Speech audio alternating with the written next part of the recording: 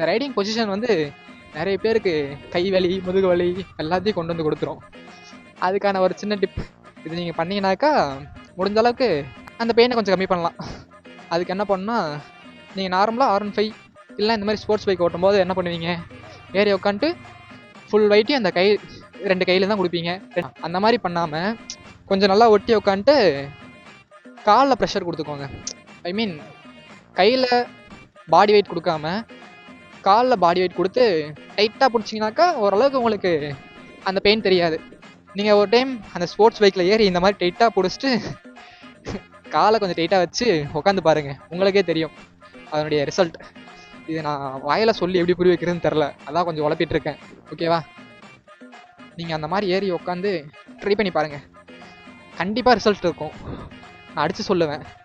ரொம்ப உழப்ப விரும்பல, 2 காலை வச்சு ப்ரெஷர் கொடுக்குறீங்க, அதனால் பாடி வெயிட்டை கம்மி பண்ணுறீங்க. ஓகே, இது கொஞ்சம் யூஸ்ஃபுல்லாக இருக்கும்னு நினைக்கிறேன். கொஞ்சம் ட்ரை பண்ணி பாருங்கள், வீட்டில் ட்ரை பண்ணி பார்த்துட்டு கமெண்ட் பண்ணுங்கள் ஒர்க் ஆச்சா இல்லையான்னு. ஓகேவா, okay, thank you, bye bye, Tata, next வீடியோவில் பார்க்குறேன்.